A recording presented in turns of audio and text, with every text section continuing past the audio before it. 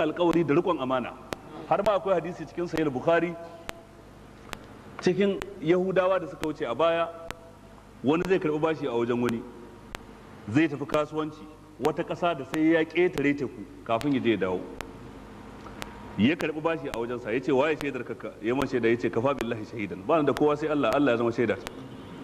Ya ce waye kafil ɗinka, waye zai maka garanto? Ya ce kafa billahi wakila, ubangiji ta'ala ne zai mun garanti, tabbas zan biya. Ya ce shikenan, ne kuma na dogara da wannan shaidar ta ubangiji da garanti ɗin da Allah ya maka ɗin, je ka. Ya ɗauki dukiya ya bashi 1000 dinar.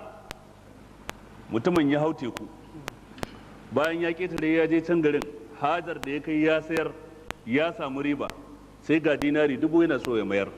Yau yake so ya shigo jirgi ya kawo, kuma ya zo gabar teku babu jirgi, jirgi ya tafi ya bar shi, kuma an yi alkawali da shi kan yau, kuma baya son ya saba. Sai ya saru wani itace, sai ya tsaga itacen tsakiyarsa ya rarake shi, sai ya kunshe wannan dinari 1000 din sai ya sa a ciki, sai ya sa wani itacen ya daure shi, sai ya ɗauki wannan itace ko katako sai ya jefa a kan ruwa. Ya daga hannu ya ce, ya ubangiji, an tambaye ni waye shaida, na ce kai. An tambaye waye mun garanti, na ce kai.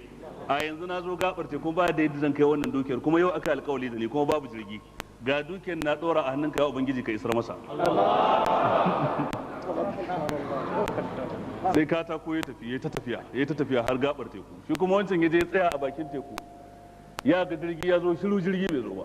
Can sai ga jirgi ya leka, duk fasinja babu wannan wanda ya karɓa bashi a wajensa. Ya gaji da zama, zai tafi sai ga wani katako ruwa ya turo shi gefen teku, ce bari ma da zaman banza ko da aikin banza gara aikin kishiya, in ji mata ko. Bari in ɗauki wannan katako in je na dafa itace na a gida. Sai ya ɗauki katako ya tafi da shi gida, da ya je faskara ya sara, sai ga kuɗi a ciki dinari 1000, ga kuma takarda.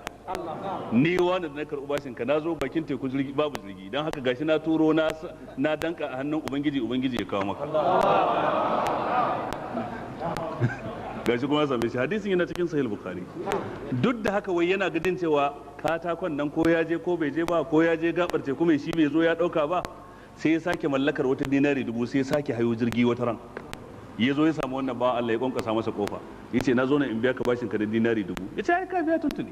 Ya ce kar ka yi mun wasa mana, na ce maka ban samu jirgi ba, ka ce wai na biya. Sai ai ka turo kuma sun zo. Ya ce ai ban aiko kowa ba. Sai ya ɗauko wannan katakon ya nuna masa da takardar, ya ce gashi.